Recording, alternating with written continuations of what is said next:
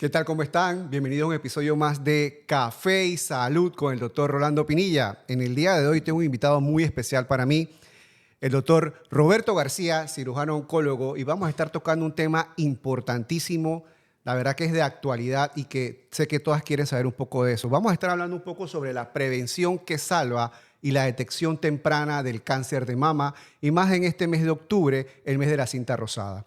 Y bueno, vamos a dejar que nuestro invitado hable un poquito del por qué él está el día de hoy aquí con nosotros. Cuéntame, Roberto, ¿a qué te dedicas? ¿En qué trabajas tú? Mil gracias por la invitación, Rolando. Yo soy cirujano oncólogo, trabajo en el Instituto Oncológico Nacional, también trabajo en Panama Cancer Clinic, que es un centro multidisciplinario para el manejo del cáncer. Y bueno, muy agradecido por la invitación, la verdad me gusta mucho el título de tu podcast, Café y Salud, que de hecho el café tiene un pocotón de beneficios que nosotros Es sabemos correcto, y es una de tenemos que hacer un nuestras... podcast exclusivo para hablar de todos los beneficios que tiene el café en la salud. Exactamente, Definitivo. exactamente. Te invito entonces para que Cómo compartamos. no, ahí estamos, ahí estamos. Cuéntame, entonces trabajas en el Instituto Oncológico.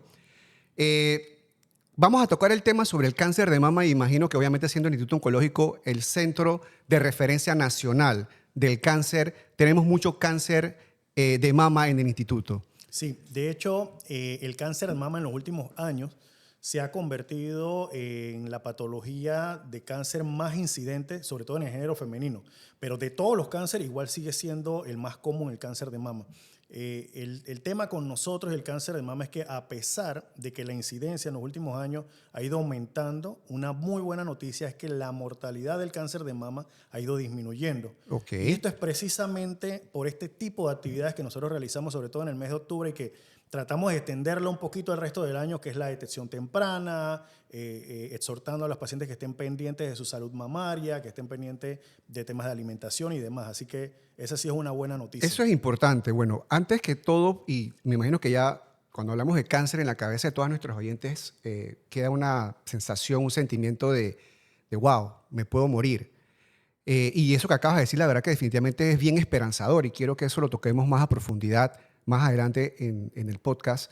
Pero quiero que me hables un poquito sobre cuáles son los síntomas, los signos mejor que todo, ¿qué es el cáncer de mama? Para aquellos que no tienen ningún tipo de conocimiento sobre esto, que por primera vez escuchan sobre el cáncer, que dudo que sea así, pero es importante que nos digas un poquito sobre qué es el cáncer de mama, eh, cuáles serían los signos o los síntomas que nuestras pacientes que te consultan normalmente o que te refieren empiezan a percibir, qué es lo que sienten, qué es lo que ellos aquejan, que hacen que detecten esta patología. Sí, como tú muy bien lo mencionas, usualmente el cáncer en general siempre despierta este tipo de sensaciones en todos nuestros pacientes y en las personas, asociándolos obviamente a la muerte por el tipo de patología, ¿no? Los síntomas tempranos del cáncer de mama específicamente usualmente se van a relacionar a la detección o autodetección de una masa. Nosotros tratamos de siempre llevar al paciente al punto, llevar a la población al punto en donde no tenga que sentir un síntoma para detectar una patología, y esto es a través de la técnica de tamizaje, mamografía y O demás. sea, lo que me quiere decir es que cuando ya yo tengo un síntoma, probablemente el cáncer esté un poco más avanzado de lo que Exactamente, esperamos. exactamente. O sea, que en realidad lo que tratamos de hacer es que se utilicen ciertas técnicas que permitan detectarlo en etapa probablemente indolente o Exactamente. muy, muy temprana. Yéndolo un poquito sobre esto, entonces, ¿hay alguna forma de prevenir el cáncer de mama o lo que hacemos es que detectamos el cáncer de mama de manera temprana? Bueno, parte y parte. Por una parte, sí, efectivamente lo podemos detectar tempranamente, siempre y cuando la evaluación sea adecuada. Yo creo que esta parte es súper importante, no solamente para la población, sino también para inclusive nuestros colegas. El tema de la evaluación del riesgo de una paciente, no todas las pacientes son iguales. Hay pacientes que tienen factores de riesgo relacionados a obesidad, relacionados al tabaquismo, relacionados a un estilo de vida quizás no tan saludable, factores de riesgo relacionados inherentes al mismo paciente como mamas densas, sobre esa paciente, por ejemplo, que nunca dio lactancia a lo largo de su vida, algunas pacientes que tuvieron ciertos tratamientos hormonales. Entonces, al final, cuando tú ves una paciente desde el punto de vista mastológico, tú tienes que evaluar primero su riesgo y dependiendo de ese riesgo, ciertas medidas que van a buscar, primero detectar temprano, pero también prevenir. Por ejemplo, mire, está un poquito pasada de peso, tenemos que hacer un poquito de ejercicio. Ok. Fuma, tienes que fumar. No hace ejercicio y así. básicamente buscarla. Pongamos pausa ahí y desarrollemos este tópico porque la verdad eso es bien importante. En mi cabeza estaba que no había forma de detectar, o perdón, que no había forma de prevenir, sino que lo que hacíamos era que detectábamos tempranamente, por acá de tocar puntos muy, muy importantes, la verdad que sí.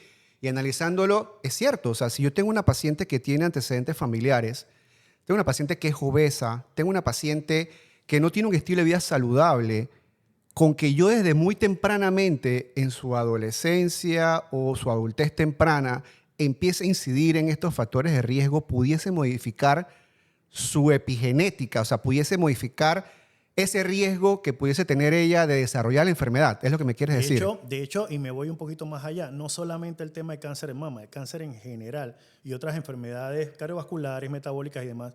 Lo importante es como a veces nos cuesta un poco, ¿no? El tema de sentarnos con el paciente, evaluar todos sus factores de riesgo y ver realmente si el paciente califica o no califica para una terapia de intervención. Si bien es cierto, para mí el tema de tamizaje tiene una importancia sublime dentro de la detección temprana. Estos pacientes, cuando logramos detectarlo en etapa 1, etapa 2, son pacientes que sobreviven hasta un 98% de los casos. Y eso es, o sea, números de Panamá. Eso no es de Correcto. que en un journal en Estados Unidos ni nada. Entonces eso me pone muy contento, pero también la idea o lo primordial, lo que nosotros los médicos muchas veces no hacemos por tiempo o quizás por el volumen que manejamos, es dirigirnos a la prevención. Es que el paciente no llegue a sentarse enfrente tuyo con un diagnóstico de malignidad. Eso me ha encantado porque en la cabeza de algunos dirán por ahí, no quiero tampoco pecar, generalmente pensamos que el cirujano lo que quiere es meter cuchillo y que el cirujano lo que quiere es tratar y operar, ¿no? Y más el cirujano oncólogo radical. Pero me estás tocando un punto bien importante, o sea, ¿cómo yo puedo incidir en educar de manera temprana a esta población de que sus hábitos de salud pueden llevarla a desarrollar no solamente cáncer de mama, sino otras patologías crónicas, metabólicas y otros cánceres? Y eso me gusta mucho porque al final cuando hablo con mis pacientes decimos que hay tres cosas importantes que son muy fáciles de decir, pero muy complicado de hacer y que realmente terminan preveniendo un montón de complicaciones y enfermedades, que sería una dieta saludable, tener un peso ideal y hacer ejercicio mínimo 3 veces por semana. O sea que si eso yo lo tengo junto a quitar vicios como el tabaquismo y evitar algún tipo de contaminaciones o alimentos que estén contaminados, que no sean buenos, que sean naturales, pudiésemos disminuir una gran cantidad de enfermedades, incluyendo el cáncer de mama. Eso me gusta muchísimo. Y la verdad que, bueno, ya saben, queridas amigas, entonces que hay forma de, no solamente de detectar tempranamente, sino de evitar que usted desarrolle estas enfermedades. Si usted acude tempranamente, ya vemos entonces que nuestro doctor Roberto García le mete mucho a la prevención, así que pueden acudir tempranamente con el doctor García para prevenir y no simplemente para detectar y tratar. Ahora, ya hablando un poquito de prevención, pasemos a cómo podemos detectar oportunamente y toda esta campaña que generalmente se le mete mucho en el mes de octubre de la cinta rosada. Cuéntame cuáles son los tamizajes que se utilizan para la detección temprana y oportuna del cáncer de mama. Esto nuevamente recalca cómo impacta o disminuye entonces el pronóstico de este cáncer en cuanto a la parte de mortalidad. Y lo otro sería ¿por qué octubre? Cuéntame un poquito sobre eso. Bueno, para responder la primera pregunta, con respecto al tamizaje, sí, el gold estándar siempre ha sido la mamografía. La mamografía es un estudio barato, aplicable a un grupo poblacional y tiene un impacto en la mortalidad específica del cáncer de mama que asciende hasta un 50%. ¿Qué significa eso? La paciente que se logra detectar un cáncer de mama a través de una mamografía, estamos hablando de un cáncer de mama temprano, sobrevive hasta un 50% más que la paciente que te llega ya con una masa palpable, que no tuvo como acceso a esa prueba de tamizaje. Entonces eso es súper importante desde el punto de vista de supervivencia porque ese paciente se curan más. Y al final también el camino, le digo yo que es un camino menos pedregoso, porque usualmente si la paciente está en una etapa temprana, puede ser que uno, o sea una lesión premaligna que ni siquiera hace cáncer, que no necesita quimioterapia ni radioterapia. Excelente. O dos, puede ser una paciente que está en una etapa tan temprana que no hay invasión a los ganglios, que no hay datos de riesgo y que esa paciente solamente se vaya para la casa con una hormonoterapia o un tratamiento mínimo y que no requiera tanto armamento de tratamiento que muchas veces, como tú sabes, son tratamientos tóxicos y que también afectan otros órganos. Y desde el punto de vista, digamos, funcional, obviamente es más barato también, tanto para el Estado, para el paciente, para todo el mundo, detectar la enfermedad más temprana a través de estas pruebas. Hay un tema y un tópico súper importante ahí que nos pasa porque nuestra curva de edades se ha ido moviendo a lo largo de los años hacia personas con edades más tempranas. Eso hace que la mamografía pierda cierta veracidad, sobre todo en las mujeres jóvenes con mamas densas, que es esta mujer que de repente no ha tenido bebitos o que dio muy poca tetita. Usualmente son pacientes que, digamos que han demorado un poco entre su fecha de primera menstruación o menarquia y el momento en que han empezado su lactancia o que la mama se ha desarrollado. Entonces, usualmente esa paciente tiene mamas duras, mamas densas, y el tamizaje por mamografía pierde relevancia. Usualmente los colegas de radiología solicitan aparte estudios de ultrasonido como complementario, pero esa paciente realmente la prueba estándar para una paciente con mamas densas es la resonancia magnética mamaria. Hay unas pacientes que tienen unas mamas no tan densas que pueden utilizar tomosíntesis mamaria, que también es un estudio muy bueno en cuanto al tamizaje, pero usualmente, ya te digo, viene la paciente con un BIRAT 0 y el BIRAT 0, la siguiente prueba que recomienda es un ultrasonido. Sin embargo, el ultrasonido ya me detecta tumor, ya me detecta una lesión grande. Yo quiero microcalcificaciones, distorsión de la anatomía y demás, ¿no? Para educar un poquito a nuestra población, ¿qué es BIRATS? Cuando hacen la mamografía y los radiólogos hacen los informes y ponen BIRATS 0, BIRATS 1, BIRATS 2, ¿eso qué traduce? ¿Qué significa? BIRATS son las siglas las siglas en inglés de, digamos, como una clasificación radiológica. Las siglas son Breast Radiology Imaging and Data System. Básicamente es un pool de imágenes que relacionaban un grupo de pacientes que tenía ciertos hallazgos y cuya biopsia de esos hallazgos daban o normal, o benigno, o maligno. Entonces, lo que básicamente hace el radiólogo, la Asociación Americana de Radiología, es que clasifica en 6 grupos primordiales. El primer grupo, que es el BIRAT 0, que básicamente lo que te quiere decir es que esa prueba no es la adecuada para ese paciente. Y eso es lo que nos pasa mucho, que de repente el paciente viene con la prueba de 3 años atrás, que mire, doctor, todos los años me decía BIRAT 0, BIRAT 0, BIRAT 0, ahora ¿por qué tengo BIRAT 4? Claro. Y es que BIRAT 0 significa que esa no era la prueba adecuada en todo ese tiempo y tenías que hacer una prueba adicional. BIRAT 1 ya sí es una prueba normal, totalmente normal, no hay hallazgos. BIRAT 2 es una prueba donde hay hallazgos, pero ese hallazgo, digamos que realmente no significa que hay una malignidad, fibroadenomas, quiste. BIRAT 3 ya la cosa se complica porque ese es como un gris. En el BIRAT 3 usualmente ahí va mucho de la mano del riesgo del paciente. Por ejemplo, hay escala de riesgos que nosotros realizamos en la consultoría en donde nosotros verificamos si el paciente tiene antecedentes familiares, tabaquismo, lo que conversábamos hace un rato, los factores de riesgo. Y si el paciente califica con un factor de riesgo elevado, con un BIRAT 3, entonces nosotros sí probablemente solicitaríamos otro estudio adicional o inclusive podríamos hacer una biopsia. Porque es que el BIRAT 3, por ser gris, ya habla de un 2% de riesgo de que esa lesión puede ser maligna a un 98% que no. Pero ahí depende mucho, mucho del riesgo mismo inherente del paciente. Ya BIRAT 4 y 5 ya son lesiones que son altamente sospechosas. Y lamentablemente ahí sí toma hacer una biopsia y demás, ¿no? Entonces, una consulta. Entonces, ¿cuándo y qué tipo de tamizaje se está recomendando hoy en día? ¿A partir de qué edad? Porque me estás comentando que la curva se estaba moviendo y creo que eso lo vamos a hablar en otro episodio, así que lo voy a dejar pausa ahí, no desarrolles tanto ahí. Pero ¿a partir de qué edad y qué tipo de estudios entonces empezaríamos a recomendar? Y hay que tomar en cuenta algo, queridas amigas, que cuando hablamos de pruebas de tamizaje y salud pública, estamos hablando de la prueba probablemente menos costosa que se pueda hacer masivamente a toda la población para detectar un problema de salud pública, como en este caso el cáncer. Pero si usted tiene una consulta privada y usted desea hacerse una prueba para poder detectar su riesgo, probablemente no entre dentro de los estándares de una prueba de tamizaje de salud pública. Entonces, ¿cuál es la diferencia entre esas dos cosas? Uno. Y dos, en Panamá en estos momentos, con las pruebas que se están realizando de tamizaje, ¿cuál es el impacto o qué tanta es la incidencia del cáncer de mama? ¿Sí? Ok, para contestar la primera pregunta con respecto a la edad, sí es cierto, y en los últimos años, y te lo digo, Rolando, muy sinceramente a mí, la verdad, yo recuerdo cuando yo empecé a estudiar oncología, que las curvas de nosotros siempre hablaban de 60, 65 años. Correcto. Eso se ha movido drásticamente. Yo tengo mi paciente más joven, que la tengo actualmente, y está muy bien, gracias a Dios. Está en el oncológico, tiene 16 años de edad. Y para mí es un shock. Es una niña prácticamente. Esta muchacha sí tiene antecedentes familiares importantes. De hecho, ella misma es portadora de un gen que se llama retinoblastoma, que es un gen que se relaciona con muchos tumores, y entre ellos le salió un cáncer de mama a la muchacha muy, muy jovencita. Está libre de enfermedad, gracias a Dios, pero estamos inclusive en un tema conjunta ética para hacer una mastectomía profiláctica contralateral por el tema, ya le hicieron oforectomía y todo, por el tema del riesgo que tiene esta paciente. Okay. Entonces, la curva se ha movido, se ha movido. Tengo pacientes de 30, 20 y tantos. Y lo que se está ahorita mismo discutiendo, ya se sabe que en un paciente con riesgo elevado o familiar de cáncer de mama, la mamografía, la primera mamografía a los 35 años de edad, en vez de los 40, ya eso cambió, ahora a los 35 años de edad sí tiene factores de riesgo.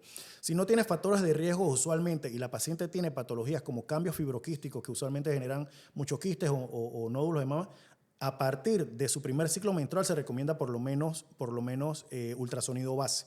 Un ultrasonido base que se repite cada 3 años dependiendo de la sintomatología que tiene la paciente.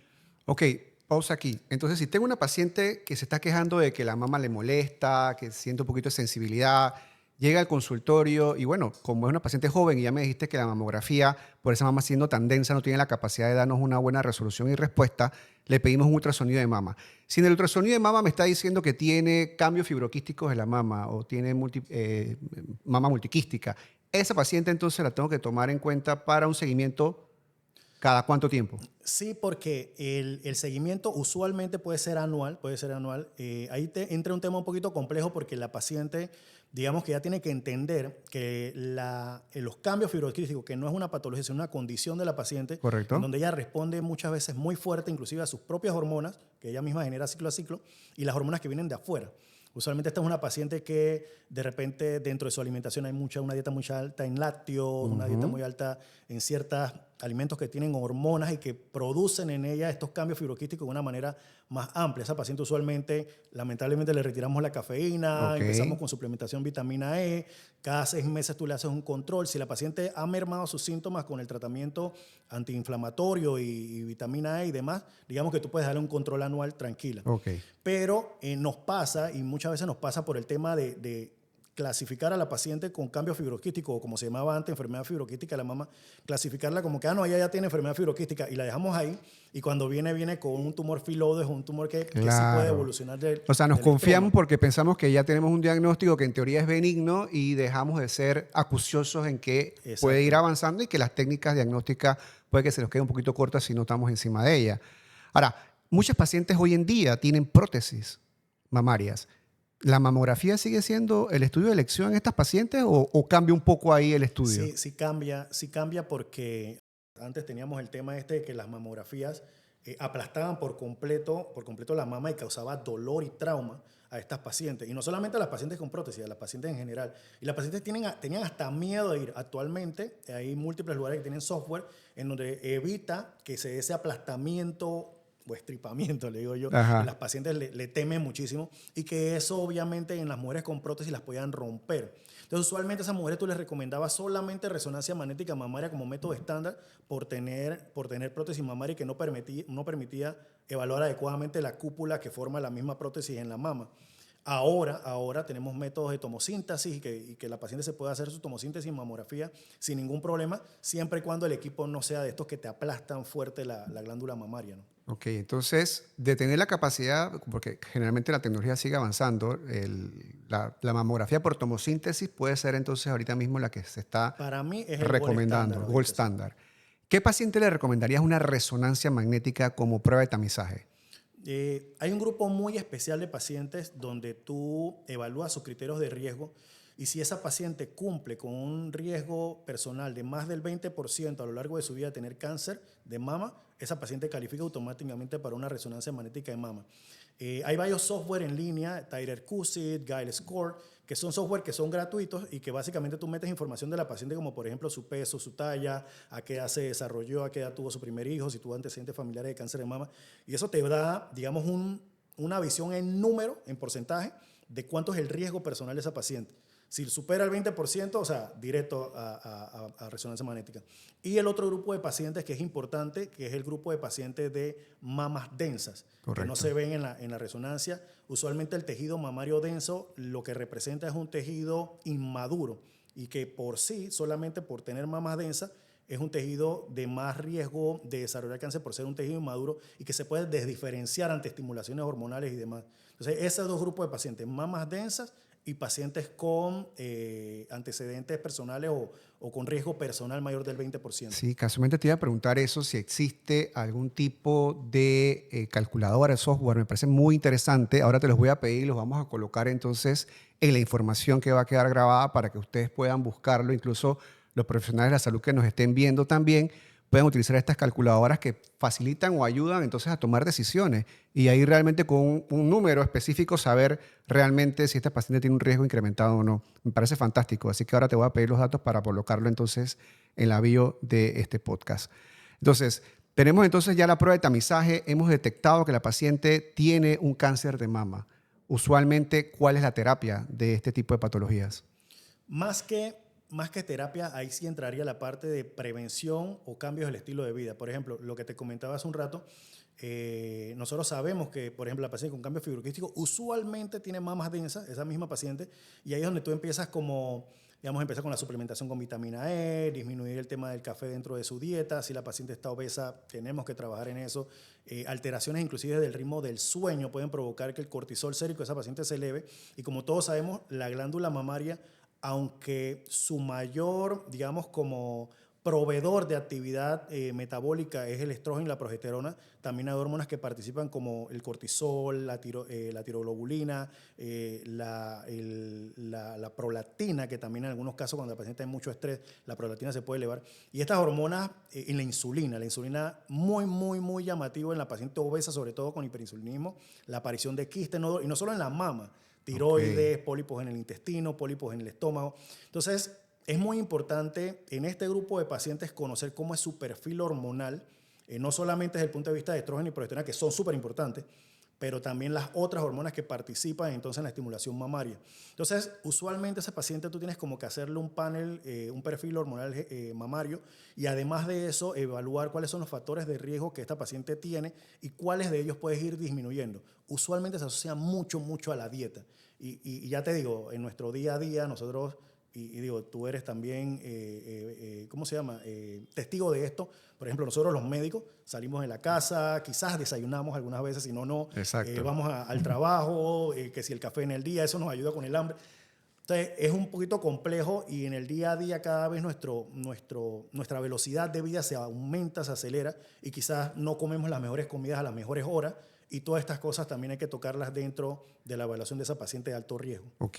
Ya una vez que hemos hecho el tamizaje, detectamos que tiene una lesión, te hacen la biopsia, tienes un cáncer de mama. ¿Cuál sería el abordaje terapéutico? Más o menos cómo se hace, qué incluye y qué tanto eso puede afectar tanto la parte física de la paciente como la parte emocional, que juega un papel importante. Claro.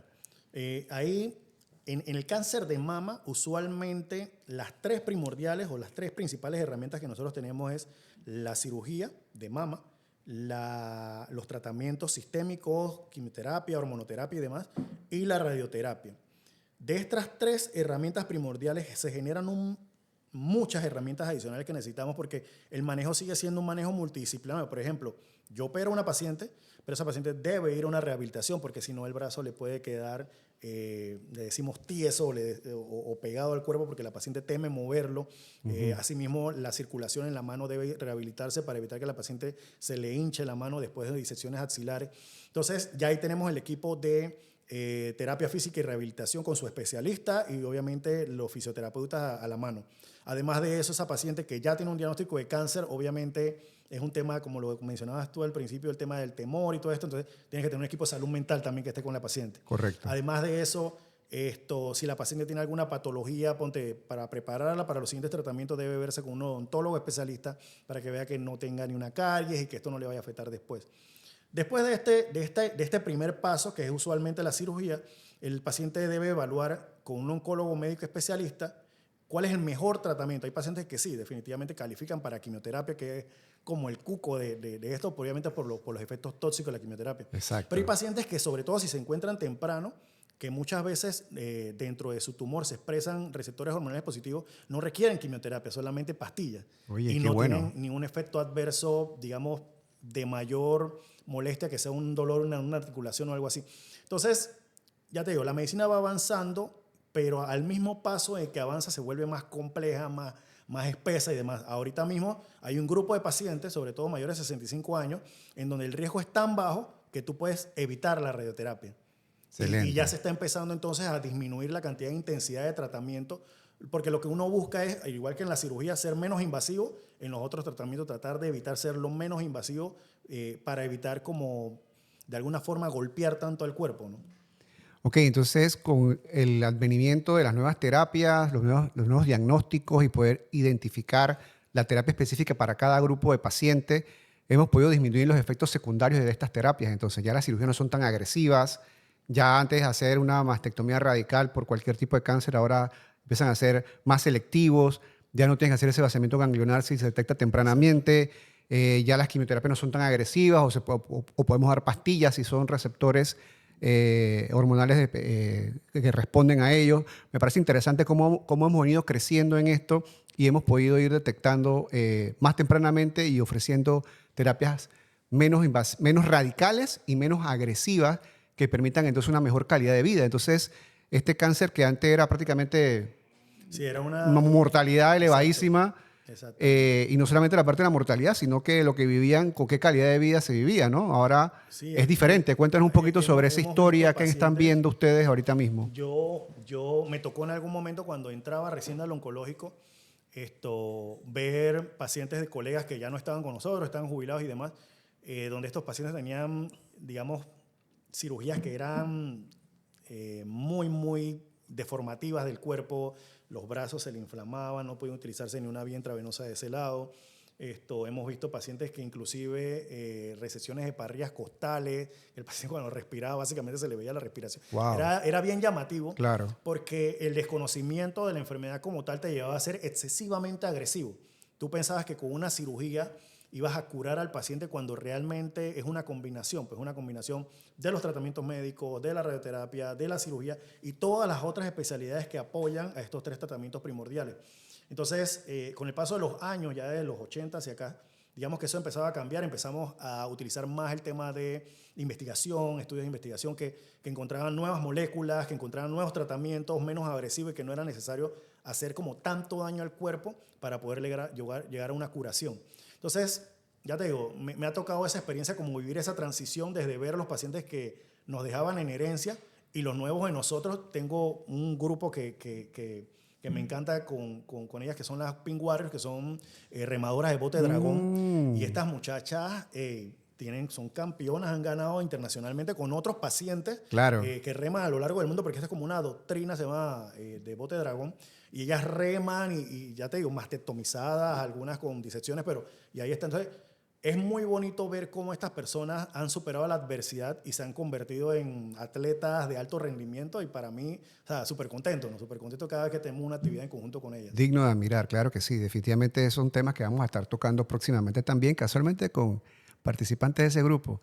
Entonces, eh, sé que tienes actividades aparte, digo, de modo profesional, de atender las pacientes, de operar las pacientes, también entras en esa parte importante del apoyo, de los grupos que necesitan esta parte emocional, esta parte de docencia y que llevan un seguimiento. Tienes un grupo en el cual estás trabajando, cuéntame un poquito sobre ello y habla a la audiencia sobre qué se está haciendo y cómo pueden formar parte de los que todavía no forman parte de él. Sí, del año pasado, ya te digo, y para serte muy honesto, Rolando, yo digo, te conozco desde la universidad, éramos compañeros hace muchos años, jugábamos en los juegos de fútbol y estas cosas. Exacto. En la Facultad de Medicina siempre nos enseñaban, tienen que ser los mejores, tienen que ser los mejores, ustedes son la punta de flecha de la medicina. Y ya te digo, nos enseñaban que, bueno, este es el tratamiento para esta enfermedad, este es el tratamiento para esta enfermedad, tienes que estudiar para esto y demás. Entonces, cuando viene la parte humana de la medicina como tal, recuerdo que siempre nos decían, ustedes pueden ser empático, más no simpático. Es O sea, ustedes correcto. no pueden participar en el dolor del paciente porque obviamente ven muchos pacientes con dolor y esto los afecta. Entonces, uno siempre trata de llevar como una barrera, como, bueno, el paciente allá, estoy aquí para ti, pero no puedo involucrarme en tu dolor o en lo que sufre. Sin embargo, a lo largo de esto, con el paso de los años, yo creo que el tema y sobre todo el volumen que nosotros manejamos en el oncológico, tú conoces tantas historias y tantas vidas, Y uno trata de evitarlo, pero lamentablemente llega un momento en que tú empiezas como a identificarte con ciertos pacientes. Por ejemplo, me pasó hace unos años atrás con una paciente que tenía exactamente la edad de mi esposa. Igual en ese momento teníamos dos hijos exactamente y las mismas edades. Y yo Wow. decía, tú O sea, sabes. te vistes ahí en ese Sí, escenario. yo decía, esa de ahí puede ser mi esposa. Claro. Y uno trata como de alejarse, pero lamentablemente es algo que te toca. Y bueno, el año pasado decidí, y con apoyo de mi esposa también, decidimos fundar un grupo que se llama Aliento de Vida, que es un grupo de apoyo para pacientes oncológicos. Básicamente ese grupo lo que hace es enaltecer el compañerismo entre pacientes. Hay preguntas que un paciente nunca te va a hacer. Por ejemplo, tuve una paciente que en el grupo preguntó, es que mira, a mí me está empezando la quimioterapia, yo estoy un poquito deprimida y demás, pero me gustaría tener relaciones sexuales con mi esposo. ¿Ustedes creen que eso se pueda? Imagínate, o sea, obviamente por Claro. pena al especialista, ella básicamente tenía miedo de preguntar esto, pero es una conducta sumamente humana y va dentro de, y si se puede, claro que se puede. Obviamente tienes que tomar ciertas medidas y a ver cosas que te pueden afectar y demás, pero ahí empezaron a darle un pocotón de tips a la paciente y a esto y compra esto. Empezaron Yo a me quedé hasta compartir entre sorprendido. Yo dije, ellos wow, sus mira todo lo que hace la gente. experiencias, claro. Pero está bien porque ese es como el punto en donde tú apoyas a esa persona. Yo en el grupo sí tratamos digamos, como moderar ciertas cosas. A veces alguien te dice, no, porque estoy tomando tal medicamento y a la vez estoy tomando esta otra pastilla. No. Acuérdense que antes de tomar una pastilla tienen que consultar con su oncólogo y tal, porque eso puede Exacto. interferir con... Y uno trata de moderar ese tipo de cosas. Pero sí es una misión muy bonita. Hemos estado haciendo actividades a lo largo desde el año pasado, este año, talleres de yoga, talleres de aromaterapia, hicimos un taller de acupuntura muy bueno, un taller de preparación de alimentos saludables para pacientes con un chef especializado en esto. Me parece Lo fantástico. hicimos en Gamboa, nos quedó súper bonito. Y ahí siempre encontramos alguna empresa que nos ayuda y nos patrocina ciertas cosas. Y bueno, ahora nuestro próximo evento, que va a ser precisamente el 12 de octubre, es el primer simposio nacional para pacientes oncológicos. Contamos ya con 300 cupos ya llenos, ya Wow, se excelente. vendieron rápidamente, como en 24, 48 horas se vendieron. Es gratuito para los pacientes y lo que hicimos es que la industria farmacéutica, la industria dentro de exámenes de laboratorio y demás, nos ha estado apoyando con que si el tema del almuerzo, que si el tema del lugar, con si el tema de ciertos expositores que requieren traslado de donde están hasta el día del evento. Y ya estamos listos básicamente para empezar con esto y la verdad estamos muy emocionados con el tema este, ¿no? La verdad que me parece fantástico que hayas incursionado en esta etapa que a veces se nos dificulta, probablemente por tanto trabajo que tenemos. Obviamente nos consume mucho nuestra parte asistencial y le resta muchas veces a la familia ahora ir a este tipo de estar ahí para grupos de apoyo y ser líder en este sentido. Imagino que consume mucho más tiempo, consume más energía y a veces la familia te puede reclamar. Pero lo interesante es que lo que acabas de decir, que lo hiciste con tu esposa, o sea, ustedes se unieron como familia y han decidido dar esa milla extra, formar parte de este grupo que ustedes ya de por sí están ayudando, porque lo que no saben, la esposa de Roberto es anestesióloga, así que le da anestesia a sus pacientes. Exacto. Así que ya ustedes forman parte del tratamiento y mejorar la calidad de vida de estos pacientes, pero a la vez también están yendo mucho más allá a la parte humana. Eso me parece fantástico porque necesitamos más de esto. Es más, es mucho lo que se nos está criticando hoy en día de que nos hemos deshumanizado y esto que se está haciendo definitivamente nos devuelve esa humanidad y nos devuelve ese sentido de por qué decidimos estudiar esto. Cuando decidimos estudiar medicina, eso era nuestro norte, eso es lo que queríamos hacer. Y muchas veces por el diario vivir pudiésemos de repente, para no sentirnos vulnerables y que no nos afecte tanto desde el punto de vista emocional, nos distanciamos un poco y a veces nos desensibilizamos. Entonces, me encanta lo que estás haciendo, definitivamente 100% apoyo por parte de nosotros acá. Cuenta con nosotros en lo que necesites. Y esto es importante, lo que acabas de mencionar sobre las otras terapias alternativas. Cuando estábamos en la Facultad de Medicina, que bien lo acabas de decir, siempre era la parte tecnológica y los medicamentos y los fármacos y todo es como la medicina occidental. Y muchas veces, bueno, pero cuando nos empiezan a hablar sobre, bueno, ¿y qué hay de las terapias de relajación? ¿Qué hay del yoga? ¿Qué hay de la acupuntura? La aromaterapia? Me encanta que acabas de tocar esos temas porque definitivamente hemos estado incursionando también en este campo de que nuestra medicina debe ser más holística. O sea, tenemos que apoyar a nuestros pacientes en todos los sentidos que sean posibles. Y todo, obviamente, desde el punto de vista como médico, valoramos y evaluamos si es beneficioso o que no le produzca algún daño, pero que desde el punto de vista psicológico, emocional, los ayuden a salir adelante de las enfermedades que estén pasando. Sí, y mira, te tengo una historia que a mí me causa mucha gracia porque yo terminé oncología en el año en el 2015 y en el 2016 a través de la Fundación Marta Estela Ballarino, esta fundación nos ayuda mucho a los médicos a preparaciones en el extranjero de manera gratuita, ella paga todos los gastos y todo, para que tú vayas como más especializado en ciertas áreas de la oncología. Conseguí una beca para ir a un hospital en Nueva York, se llama Memorial Sloan Kettering Cancer Center, un hospital muy, muy bueno de cáncer. De hecho, es el segundo mejor de Estados Unidos. Y estaba yo ahí y, ¿sabes? Como buen panameño me sentía súper orgulloso y agarro la tacita. Y en el Facebook, en el Instagram, tomo una foto y que, bueno, el panameño en el Memorial Sloan Kettering, yo súper orgulloso. Y al Instagram me chatea una persona, me dice, hola, ¿cómo estás? ¿Eres panameño? Yo también estoy acá. Oye, qué bien, estás en el Memorial, qué bueno, ¿qué especialidad eres? Y me dice, no, yo no soy médico. Y yo dije, bueno, ¿qué enfermera? ¿Estás en algún entrenamiento de enfermería? No, yo tampoco soy enfermera. Entonces, inmediatamente yo digo, bueno, ¿qué? Está acá, no es médico ni enfermera, probablemente sea un paciente. Claro. Y yo le digo, oye, qué pena, ¿de dónde es tu tumor? ¿Y cómo es esto? ¿Cómo te sientes? No, yo no tengo cáncer. Y yo, bueno, ¿qué eres? ¿Qué estás haciendo acá? Y me dice, no, yo soy coach de yoga.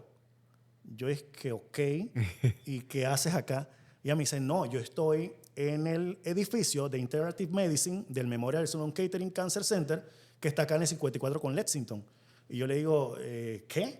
¿Eso existe? Sí, si quieres ven un día y te muestro todo para que... Y Rolando, mira, yo en lo personal, no es que no era creyente, pero yo decía, o sea, la medicina por un lado y lo alternativo e integrativo por el otro, eso no... Y yo me he quedado tan sorprendido que hay tanta evidencia y tantos estudios que hablan, por ejemplo, recuerdo una de aromaroterapia que era que tú disminuías la cantidad de medicamentos antieméticos versus utilizar romero para los pacientes que estaban en quimioterapia. Y era algo fantástico que, o sea, las curvas de diferencia estadísticamente significativas, pero que eran cosas tan sencillas. Con el tema de yoga, ella estaba haciendo un posgrado, creo que era, de Reiki Oncology Yoga, que era como un tema de yoga, pero con movimientos pasivos para pacientes posoperadas de cáncer de mama. Súper interesante. Wow. Y ya te digo, digamos que abrí un poquito más el compás a empezar a ver estas cosas, que si bien es cierto, tú me puedes decir, bueno, no hay un estudio que esto muestre supervivencia global diferente, pero el paciente el camino se le hace más fácil. Tú sabes, el tema de relajación, de respiración, el tema de esto de aromaterapia, acupuntura en ciertos pacientes que el dolor oncológico es insoportable, por algún motivo sí funciona mucho. Definitivo. Llámalo psiqui, llámalo fe, lo que tú quieras llamarlo, pero sí hace que el camino sea más llevadero para estos pacientes y la verdad, ya te digo, era un antifaz que me quité y sí me gusta siempre revisar obviamente la evidencia y todo esto antes de recomendar cualquier cosa. Y ya te digo, si bien es cierto, no hay una diferencia en la supervivencia global, pero el camino se le hace más fácil, la calidad de vida del paciente es algo importante. No, y creo que depende mucho también de cómo se hacen los estudios de investigación, que es otra cosa importante, porque los estudios de investigación van a responder la pregunta y van a depender mucho de la cantidad de la muestra y una serie de cosas más. Pero al punto que queremos llegar es que nunca dejemos de revisar, porque Exacto. sí, me ha tocado mucho también incluso ver desde el punto de vista nutricional cómo ciertas terapias son hasta igual de comparativas. Por ejemplo, se habla mucho del cúrcuma, el manejo del dolor y la inflamación, y hay estudios ya muy buenos de buena calidad comparándolo con diclofenaco. Entonces, lo importante creo que es mantener la mente abierta, seguir investigando, seguir evaluando, no cerrarnos. Todo esto es parte de la medicina y creo que me gusta lo que estoy escuchando de parte tuya. Vamos por una misma línea y definitivamente el paciente tiene derecho a que si no quiere una medicina más occidental, sino más oriental, bueno, uno tiene que tener el conocimiento para poder recomendarle y ver qué cosas pueden funcionar. La verdad que, bueno, ya para ir terminando, porque se nos ha hecho, la verdad, bastante interesante este episodio. No queremos consumir más tiempo de ustedes. Quiero que nos des tus palabras finales sobre el tema y que nos digas a aquellas pacientes que están viéndonos por estas vías de Spotify y de YouTube, dónde pueden encontrarte, cómo pueden localizarte, tus redes sociales, tus consultorios y, bueno, tus palabras finales, Roberto. Bueno, primero que todo agradecerte, Rolando. Yo siempre he sido de los que piensan que este tipo de actividades que consumen tiempo personal, tiempo de nosotros, que precisamente tú comentas que con nuestra familia, pero es un factor multiplicador para llevar educación a una población que lo necesita. Nosotros necesitamos, como médicos, nosotros somos, digamos, como los que tenemos la responsabilidad en la sociedad de llevar el conocimiento médico. y muchas veces nos pasa que tú agarras el celular y pones el Instagram y hay una persona que dice, en las mañanas tomo limón con vinagre y eso me hace bajar de peso. Y eso, digo, la esofagitis que te va a hacer monstruosa, pero el tema es como nosotros tenemos la responsabilidad de llevar esta educación a los pacientes, y para mí el tema de la prevención siempre ha empezado a ser muy importante, sobre todo en el grupo de pacientes con cáncer. Es el tema de la actividad física, el tema de la nutrición adecuada, el manejo del estrés, el tema de dormir, lo importante que es un sueño reparador. Nosotros nos pasa mucho que de repente, tú sabes, 2 de la mañana, oye, una urgencia, que si una apéndice, no, que una cesárea, que esto, que lo...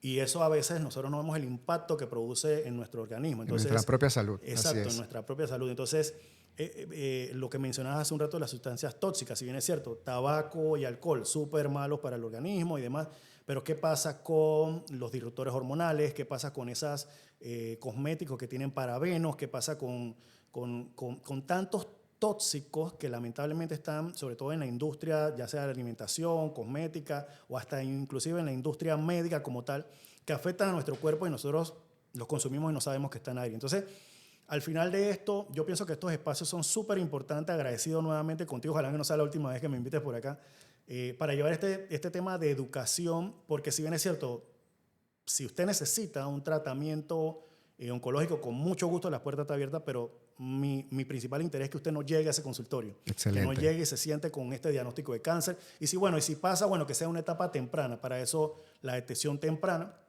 Y bueno, ya para comentar, yo, como tú sabes, atiendo en el Instituto Oncológico Nacional. También estamos localizados en Panama Clinic, en el Centro Multidisciplinario contra el Cáncer, Panama Cancer Clinic, que está ubicado en la Torre B del edificio de Panama Clinic. Y ahí estamos abiertos a cualquier duda, cualquier interés. También en las redes sociales, @anticáncer. Me gusta mucho el tema de hacer ciertos reels de prevención. Hablamos mucho de estos temas de terapias integrativas. También hablamos mucho de los temas de sustancias tóxicas que lamentablemente utilizamos y que no sabemos cómo evitar. Y bueno, al final es un tema de educación en conjunto, ¿no? Es así. Seguir educando. Y siempre he pensado, así como tú lo mencionas, que no podemos criticar si nosotros damos los espacios a que otros hablen. Le cedemos la tarima, los micrófonos, y los médicos que tenemos la evidencia, tenemos el conocimiento y tenemos los pacientes, no hacemos este tipo de actividades. Yo creo que definitivamente, para los que no saben, hoy es un día largo y pesado para ambos y estamos aquí brindando de nuestro tiempo para que ustedes puedan llevarse este podcast con información detallada, fidedigna, realmente de confianza, y que puedan entonces tener más información, que es el objetivo de nuestro podcast, tener información para que tomen decisiones informadas y puedan cambiar ya sea sus estilos de vida y evitar y prevenir muchas enfermedades. Así que muchas gracias, Roberto, por este espacio que tú nos brindas el día de hoy, y definitivamente no va a ser la última presentación que vamos a tener aquí juntos. Y bueno, vamos a estar dejando entonces abajo en la historia del podcast los datos tuyos de tus redes sociales donde te pueden localizar, y sobre las calculadoras también que vamos a estar proporcionando para que los médicos de atención primaria puedan hacer los cálculos y ya poder dirigir rápidamente a los pacientes y evitar y no solamente detectar tempranamente, sino evitar que el paciente desarrolle un cáncer. Exacto. Así que muchas gracias a todos por estar acá, y nos vemos en un episodio más de Café y Salud con el doctor Rolando Pinilla. Que estén bien.